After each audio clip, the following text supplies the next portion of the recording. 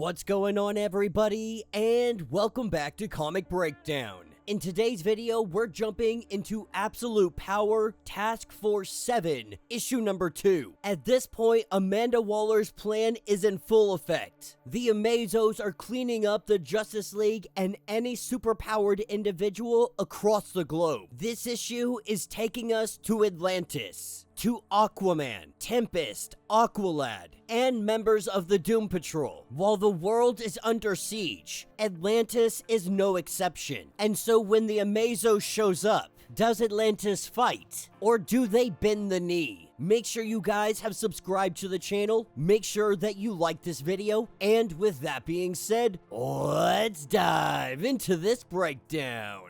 Alright gang, so as we pick up with this issue, we pick up with Robot Man, Negative Man, Elastigirl, and a few others. They just got done fighting an Amazo, and they lost. They had come to the coast to test out a new submersible, but that's when they found Aquaman and Tempest in the middle of a fight. They had rushed in to help, but something happened. That something is that they got their butts kicked, and all of their powers taken away from them. That's when they get the alert. They see the video recording going global, Amanda Waller waging her war, and so now Tempest needs to figure out where Aquaman went. And if he was taken, that means he is crucial to whatever Amanda Waller has planned. Last being seen drug off into the sea. Tempest knows that Aquaman is half human. You take away his power, he won't be able to breathe underwater. This means he won't be able to fight. Knowing that they're headed to Atlantis and trying to take over the kingdom, that's where Tempest is going. This is where we pick up in Atlantis. An Amazo with Elastigirl's power and all the others, as well as Aquaman. So not only does he have this Amazo have ridiculous amount of power, but it can also control the sharks. It's letting everybody know that the king has been captured. The Aquaman is in custody. His power has been drained.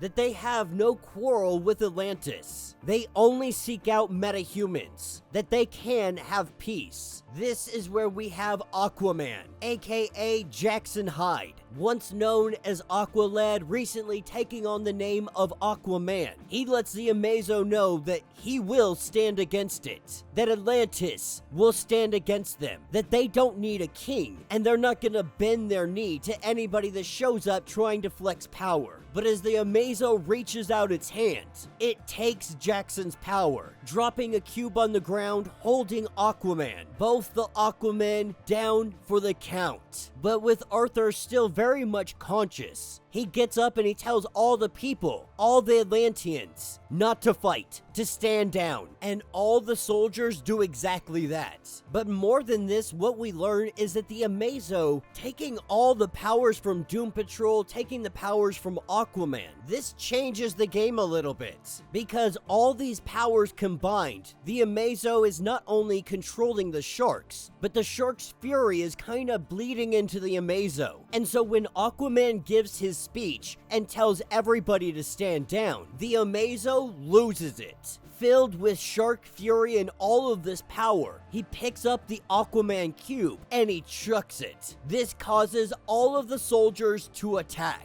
That is when all hell breaks loose, with the Amazo fighting against the Atlantean army. Tempest and the others were able to rescue Aquaman. They had to get him out of here with him depowered. He's absolutely useless in this fight. And when Amanda Waller goes to check in on her Amazo, it informs her that the job is done, that they have been pacified. And Amanda Waller saying that the Atlanteans, they're going to be huge, valuable assets. It's going to be a great ally in the fight ahead. But the Amazo informs her that she is misunderstanding. The Amazo is saying that they have been pacified, as in they're not standing anymore. Now, the Amazo was supposed to be helping her out, but they're really becoming a problem, more than she thought they would be. But with Atlantis out of play, off the board and no longer a threat to the plan, that is, of course, as they have Aquaman in custody. If they don't have him in custody, that changes things. Of course, the Amazo then informs her that they do not have Arthur in custody, that he was able to make an escape, and they have no idea where he is. So with Aquaman and a handful of members from the Doom Patrol being able to get out of here, we pick up at the Bureau of Sovereignty. We have Steel that is showing Trevor his new office. But Trevor's no fool. He knows this whole situation is just garbage, that they're keeping him here to keep tabs on him. Knowing how close he is with Wonder Woman, they don't want to take any risk with him. But as Trevor begins to investigate his new office, he quickly sees that this place is a setup. It is made to look like Trevor is actually trying to work against the Sovereignty. Steel was just looking for really an excuse, any opportunity to throw some shackles onto Trevor. And this is exactly that, with Steel slapping Trevor, knocking him down to the ground.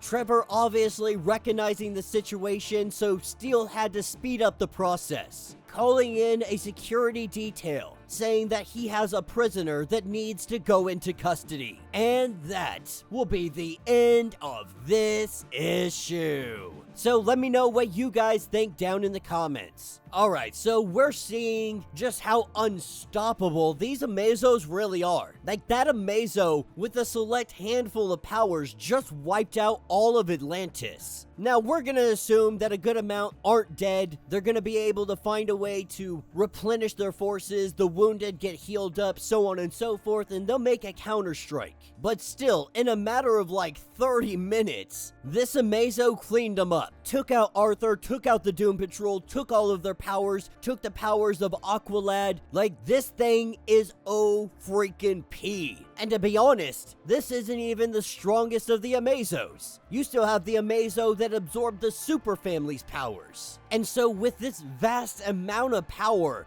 at the beck and call of Amanda Waller, we gotta wonder what can stop them. And it's looking more and more like the thing that might actually stop them is themselves. Some of them beginning to kind of form morality because of the people and the heroes that they absorbed. This is making them almost like the people they absorbed, and it's computing with their internal workings. Around every corner, we see it malfunctioning, whether it be the Super Family one being able to really gain morality and struggle with what it was doing, or it be the one down here in Atlantis, the one that absorbed Shark Fury and caused it to go haywire. What we are seeing is that there are ramifications of these Amazos absorbing all of these powers. And so could the Amazos be their own demise? Let me know what you guys think. Let me know your thoughts. Let me know your theories. If you want to get caught up on everything that has been going on with this series, go ahead, check out the link in my description as well as the top of this video. It's going to get you completely caught up on everything that is going on with Absolute Power. If you would like to support the channel, you can always do so by joining the channel membership. Much like Patreon, having multiple different tiers, from $1 to $50, from loyalty badges to comics every single month. Not only are you helping out the channel tremendously, you are getting tons of perks in the process. Now, if you're unable to do this, do me a favor, subscribe to the channel, like this video, hit that notification bell, and with that being said, until the next breakdown.